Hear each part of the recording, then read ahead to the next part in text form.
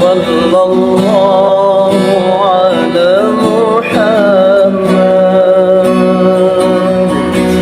Dalam kitab Muqasyafatul Qulub karangan Al-Ghazali, berkisah pada suatu malam di bulan suci Ramadan, Rasulullah Shallallahu Alaihi Wasallam berkumpul dengan para sahabat.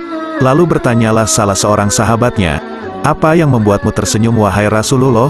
Rasulullah menjawab, "Diperlihatkan kepadaku hari akhir ketika di mana seluruh manusia dikumpulkan di mahsyar, semua nabi dan rasul berkumpul bersama umatnya masing-masing, masuk ke dalam surga. Ada salah seorang nabi yang dengan membawa pedang, yang tidak mempunyai pengikut satupun, masuk ke dalam surga, dia adalah Samun." Siapakah Samun? Samson atau Simson dalam bahasa Ibrani, merupakan seorang nabi di dalam ajaran Islam yang dikenal dengan nama Samun Ghazi alaihi salam. Kisah nabi ini terdapat di dalam kitab-kitab seperti kitab Muqasyafatul Qulub dan kitab Qisasul Anbiya.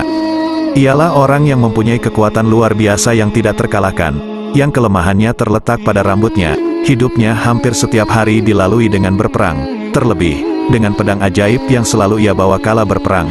Senjata ini terbuat dari tulang rahang unta bernama liha jamal. Nabi Samun memiliki kemukjizatan, yaitu dapat melunakkan besi, dan dapat merobohkan istana.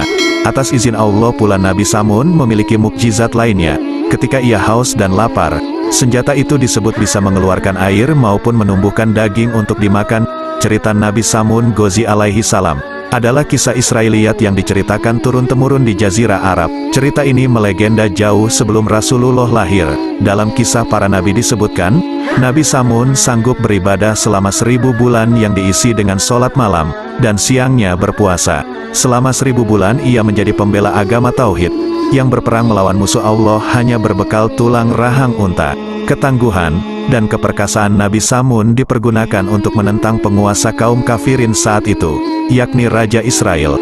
Akhirnya sang Raja Israel mencari jalan untuk menundukkan Nabi Samun. Berbagai upaya pun dilakukan olehnya, sehingga akhirnya atas nasihat para penasehatnya diumumkanlah, barang siapa yang dapat menangkap Nabi Samun akan mendapat hadiah emas dan permata yang berlimpah. Singkat cerita, istri Nabi Samun yang tergiur imbalan dari Raja Israel, membantu percobaan pembunuhan terhadap Nabi Samun. Karena sayangnya dan cintanya kepada istrinya, Nabi Samun pernah berkata, "Jika kau ingin mendapatkanku dalam keadaan tak berdaya, maka ikatlah aku dengan potongan rambutku." Nabi Samun pun diikat oleh istrinya kala ia tertidur, lalu dibawa ke hadapan sang raja. Apa daya, Nabi Samun yang diberi anugerah kekuatan besar oleh Allah Subhanahu wa Ta'ala, bisa mengatasinya dengan baik. Tali ia putus dengan mudah. Begitupun dengan percobaan kedua yang dilakukan sang istri. Ikatan tali yang lebih kuat masih mampu diputuskannya. Waktu berselang, Nabi Samun, wali Allah dengan rambut panjang yang disebut mencapai tanah itu, kehilangan kekuatan. Mendengar kejadian itu, kafir langsung mendatangi kediamannya dan menyerang Nabi Samun untuk menyiksanya hingga mati. Nabi Samun yang masih dalam keadaan terikat itu lalu dibawa ke hadapan raja. Siksaan terus didapat Nabi Samun, bahkan kedua matanya dibutakan, beberapa bagian tubuh dipotong, dan dipertontonkan ke masyarakat. Diperlakukan demikian, Nabi Samun berdoa kepada Allah Subhanahu wa Ta'ala. Ia berdoa kepada Allah dimulai dengan bertaubat, kemudian memohon pertolongan atas kebesaran Allah. Doa Nabi Samun dikabulkan, dan istana raja bersama seluruh masyarakatnya hancur beserta istri dan para kerabat yang mengkhianatinya. Kemudian Nabi Samun bersumpah kepada Allah Subhanahu wa Ta'ala akan menebus semua dosa-dosanya dengan berjuang menumpas semua kebatilan dan kekufuran yang lamanya 1000 bulan tanpa henti.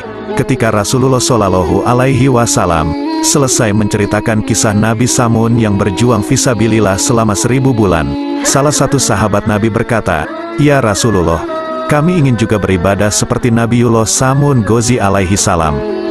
Kemudian Rasulullah diam sejenak. Dalam diam tersebut, turunlah wahyu kepada Rasulullah. Malaikat Jibril alaihi salam datang dan mewahyukan kepada Rasulullah bahwa pada bulan Ramadan ada sebuah malam, yang mana malam itu lebih baik daripada 1000 bulan.